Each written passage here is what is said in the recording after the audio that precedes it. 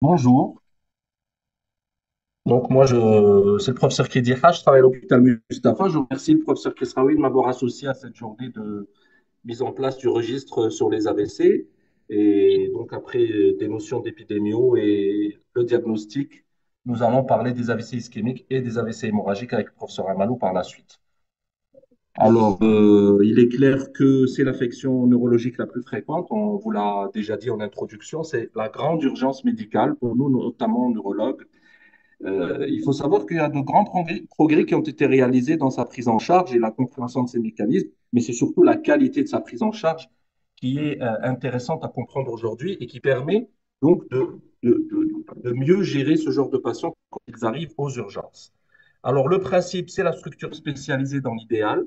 C'est des patients qui doivent être pris en charge dans des structures qui sont les unités neurovasculaires.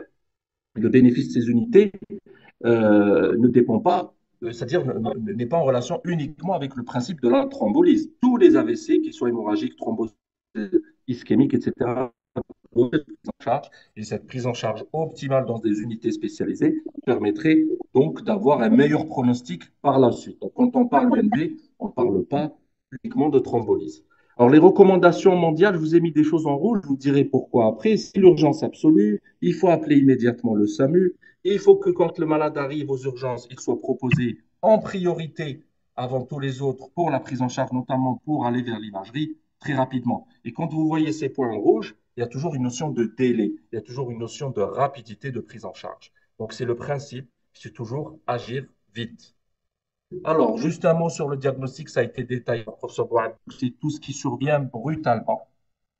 Tout déficit neurologique qui survient, trouble de l'élocution, engourdissement, équilibre, même une céphalée, pourquoi pas ne pas évoquer l'AVC et après, on va faire le tri quand le patient arrivera aux urgences. Alors, juste deux mots de physiopathe qui vont impliquer notre ami cardiologue. Et vous savez que les AVC ischémiques, parce que je vais parler que d'ischémique, c'est clair, c'est un thrombus. Alors, le thrombus, il peut survenir justement à partir d'une artère un peu plus distale où il y avait un petit bouchon qui se détache et qui va boucher, c'est l'athérosclérose, ou bien être en rapport avec une cardiopathie emboligène et c'est les maladies cardio-emboliques. Bien sûr, tout ce qui est BADI, etc., va être à l'origine également de symptomatologie ischémique. Alors, pour comprendre la prise en charge, le principe de la thrombolyse ou de la thrombectomie et tout ce qui est interventionnel dans les AVC ischémiques, il faut connaître cette notion. Je vais utiliser juste le pointeur, si je le trouve. Bon, c'est pas grave. Bon. Cette zone jaune-là qu'on appelle la zone de pénombre, c'est cette zone-là qui est importante pour nous parce que c'est elle qui contient des neurones responsables du déficit neurologique et qui sont potentiellement viables si on fait une recanalisation rapide. Donc le principe, c'est agir vite pour, tant que cette pénombre est là. Une fois qu'elle sera partie, l'enjeu sera fini. Voilà, je n'arrive pas à passer un petit peu. Voilà. Alors, cette fenêtre thérapeutique qui s'étale à 4h30, on va voir avec les nouvelles recommandations, juste deux diapos après, ça peut aller beaucoup plus loin en fonction d'un contexte particulier, c'est justement empêcher la transformation de la pénombre en infarctus. Tant qu'on est dans la pénombre, c'est bien, donc c'est toujours cette pénombre-là qui est mise en jeu, c'est pour ça qu'il faut agir dans la prise en charge. Et bien sûr, il y a plein de facteurs qui vont aggraver ou précipiter ou la progression de la pénombre en infarctus. Tout ce qui est en rapport avec la tension artérielle, que ce soit l'hypo, l'hypertension, l'hyperglycémie, l'œdème cérébral, l'hyperthermie. Donc, c'est pour ça que quand le patient arrive en infarctus, il faut prendre en charge tous ces paramètres-là pour optimiser justement la récupération ultérieure. Alors, les étiologies des AVC ischémiques, j'en ai parlé un petit peu en introduction. C'est juste pour insister encore sur l'athérosclérose, qui est la grande pourvoyeuse d'AVC ischémique, c'est la plus importante. Donc, c'est un thrombus qui va se détacher et qui va occlure une artère de façon distale. Et puis, vous avez les cardiopathies emboligènes. Et je laisse le soin à notre ami cardiologue pour en parler tout à l'heure.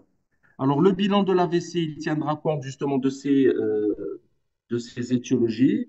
Et on va essayer d'aller explorer tout le lit vasculaire autour du cerveau en descendant vers les troncs supraortiques, en faisant un angioscan, une IRM, une angio-IRM, une artériographie, voir par exemple chez le sujet jeune, attention à la dissection. carotidienne qu'il faut savoir évoquer en deuxième intention après les cardiopathies. Et puis la deuxième cause, c'est les cardiopathies emboligènes. Il faut chercher cette ACFA ou cette FA, cette obligation auriculaire. Quand on la cherche, on la trouve.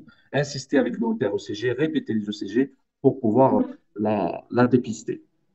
Alors, en pratique, que fait-on devant une suspicion d'accident vasculaire cérébral? Alors, le principe, c'est agir vite. Et quand on dit agir vite, c'est une filière qu'il faut mettre en place.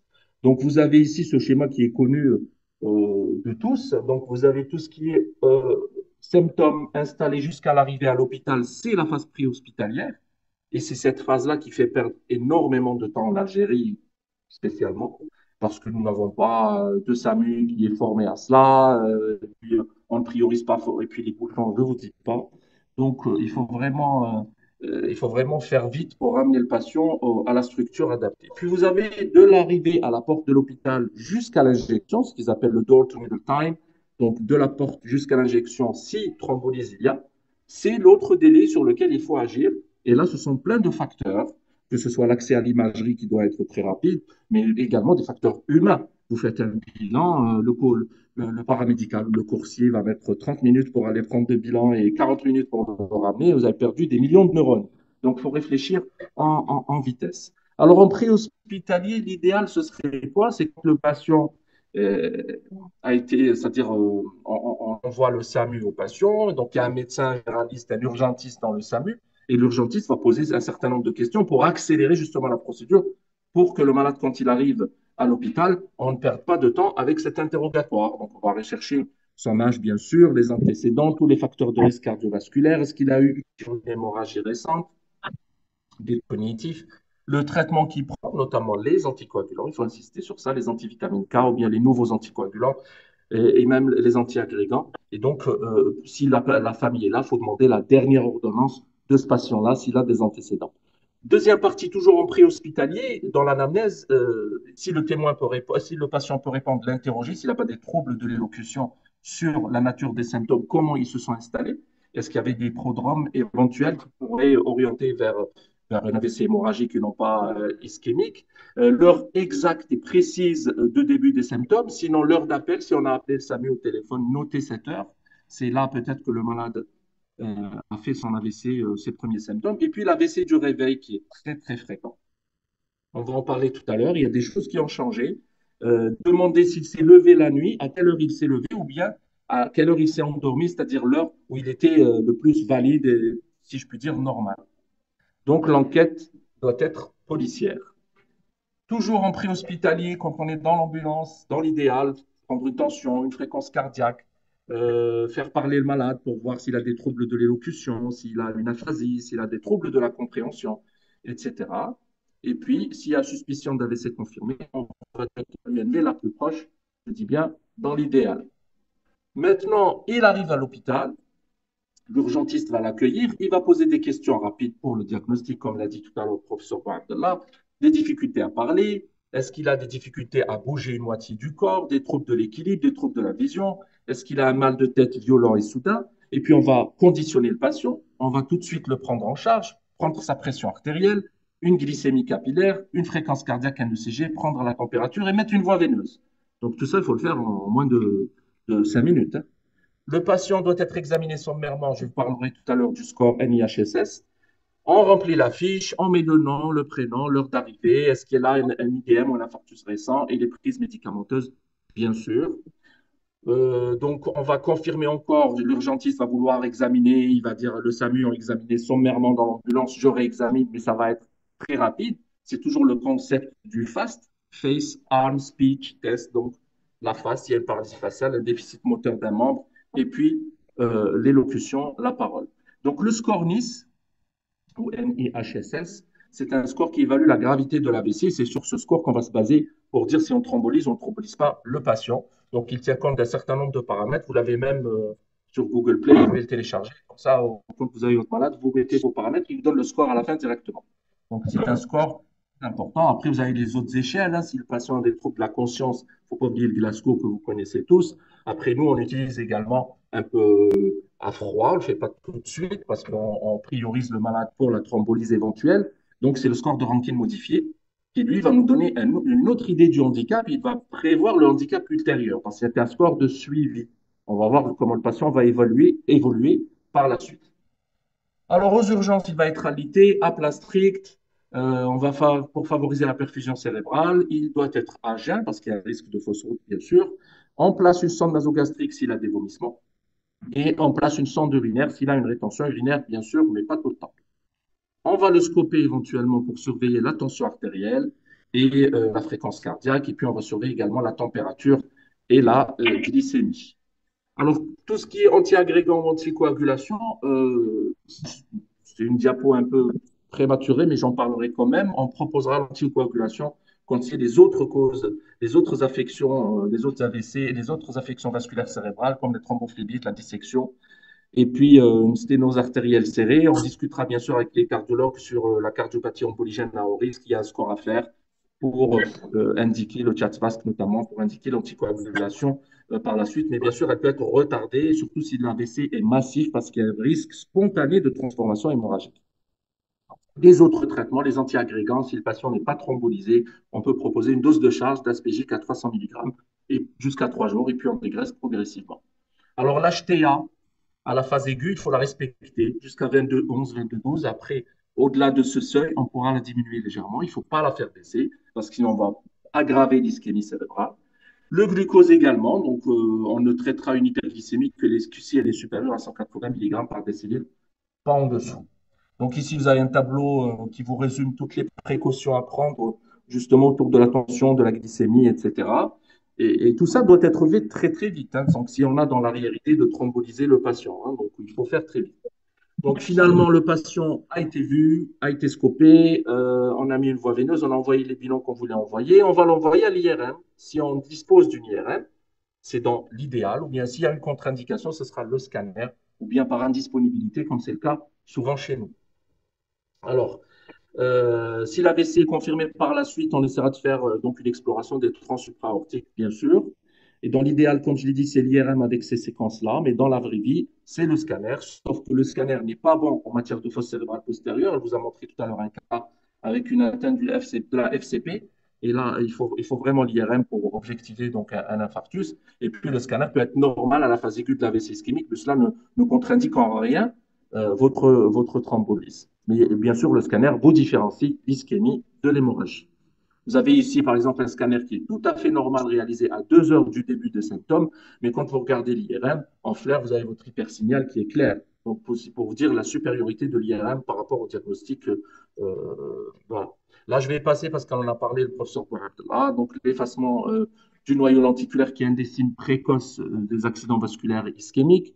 L'effacement des sillons corticaux également, qui sont des signes précoces. Ça vous paraît comme un scanner normal, mais il ne l'est pas. Et puis, vous avez l'hyperdensité spontanée de l'artère sylvienne qui témoignera. Donc, c'est vraiment le thrombus qu'on voit au niveau de l'artère qui va vous donner un AVC massif en général. Et puis, vous avez ici l'occlusion de l'artère quand on fait les séquences angio. Donc, au sortir du scanner, il a fait le scanner, votre malade. Au sortir, on va réévaluer avec le score-NIS. Et le score-NIS nous dit, c'est sur 42 points, mais il nous dit que quand on est entre 5 et 25, on est toujours éligible à une thrombolyse. Donc, bien sûr, il va permettre de nous dire si on est dans l'AVC gentil, genre mineur, et puis si on est dans l'AVC modéré ou sévère s'il est supérieur à 15. Mais ça nous donne vraiment une stratification de la sévérité et une idée sur la thrombolyse éventuelle par la suite. Donc, le score list, il est Nice, est toujours entre 5 et 25. On fait la checklist des contre-indications. Maintenant, elle est vraiment limitée. Et on va thromboliser le patient. Donc, la thrombolyse, time is brain, il faut la faire très vite, dans les 4h30, en évaluant le risque-bénéfice, risque bien sûr. Et puis, on va donner donc 0,9 mg kg à raison de 10% en bolus, et puis le reste à faire passer en 1 heure à la seringue électrique, en notant l'heure exacte de l'injection, afin d'être sûr qu'on est toujours dans le délai prévu par rapport au début du déficit. Alors, autre thérapie d'urgence, c'est la thrombectomie. Depuis 2015, donc ça fait presque 10 ans, il y a plus de 5 études qui étaient très favorables pour la thrombectomie. Et la thrombectomie, l'avantage, c'est que le délai peut s'étaler jusqu'à 6 heures. Et Et nous, ça ne concerne que les occlusions très proximales. Comme je vous montrais tout à l'heure, l'artère cérébrale complètement bouchée. Là, la thrombolyse, on peut la tenter. Il y a très faible chance que ça donne, mais la thrombectomie donnerait nettement mieux. Voilà, donc ça c'était pour la thrombectomie. Là, c'est un petit arbre décisionnel que j'ai pris d'un EMC. Je n'ai pas mis la référence. Complication avec dans les délais de moins de 4h30, il est délégué à la thrombectomie. On va faire le RTPH. Et quand le délai est entre 4h30 et 6h et que c'est une occlusion proximale, on peut le proposer à la thrombectomie. Mais au-delà de 6h, on n'est pas dans les délais pour les deux interventions que l'on peut proposer dans les AVC ischémiques. Mais là, il y a deux nouveautés depuis 2020-2021. Il y a les nouvelles recommandations de l'ESO qui nous disent que quand il est hors délai, on va se baser sur le mismatch radiologique, c'est-à-dire quand on fait une perfusion, même au scanner ou à l'IRM dans l'idéal, ça nous dit, ça nous montre le pourcentage de cette zone de pénombre. Même s'il a dépassé les 4h30 et qu'il y a ce mismatch, on peut proposer justement une thrombolyse. Et les recommandations, elles disent quoi? Depuis 2021, celle de l'European Stroke Organization, elles disent quand le patient a dépassé les 4h30 mais qu'il reste dans les 9 heures, 9 heures c'est énorme, c'est quand même un délai assez large, et qu'il a toujours ce mismatch, on peut faire la thrombolyse. Ça, c'est une recommandation. Après, vous avez tout ce qui est awake stroke, c'est-à-dire les AVC du réveil. Et là, vous posez la question si le patient, à quelle heure le patient a été vu en bon état, c'est-à-dire fonctionnel. Et puis, s'il s'est réveillé la nuit, si on est toujours dans les 9 heures, ça s'indique. Sinon, on va calculer, si ce n'est pas réveillé, on va calculer le nombre d'heures, les palpatophéromes, quoi, et puis le milieu, et on voit. Si on est toujours dans les délais, en thrombolyse. Ça, c'est une nouvelle recommandation avec des réponses assez positives. Alors, les complications après l'AVC, généralement, on peut avoir une aggravation au cours des 7 premiers jours. On la comptabilise avec le score Nice lorsqu'il prend plus de 4 points. Là, c'est pas bon. Elle peut être très précoce dans les 24 heures. Elle est généralement secondaire à une transformation hémorragique. Je vais en parler tout à l'heure. Les autres, j'ai dépassé le temps, je finis dans une minute. Les autres complications, l'œdème cérébral, qui est très fréquent, sinon la transformation hémorragique, qui survient au cours des premiers jours. C'est dû à l'extravasation de sang parce que c'est un tissu qui est friable, qui souffre et donc le sang passe. Et ça donne de l'hémorragie. Si vous avez une classification qui différencie les infarctus hémorragiques des hémorragies parenchymateuses en fonction, justement, si on a juste des pétéchies ou là des plages d'hémorragie.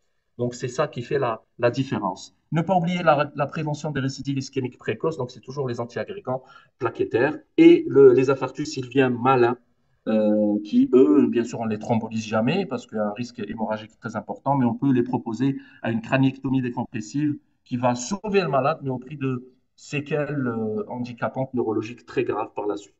La prévention secondaire, je ne vais pas en parler, je laisse le cardiologue peut-être nous dire deux mots, surtout par rapport aux cardiopathies emboligènes, sinon on pourra en parler dans le débat, et cette anticoagulation dans les cas des FA paroxystiques et les nouveaux NACO, en fait les NACO qui sont plus nouveaux, depuis 2009-2011, ils ont leur AMM dans la prise en charge. Donc je conclue.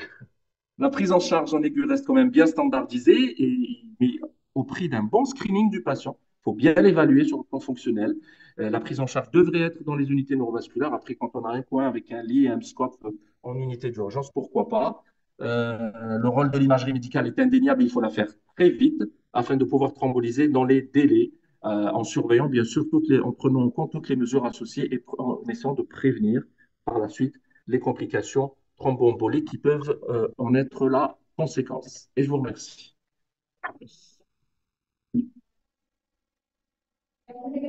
Merci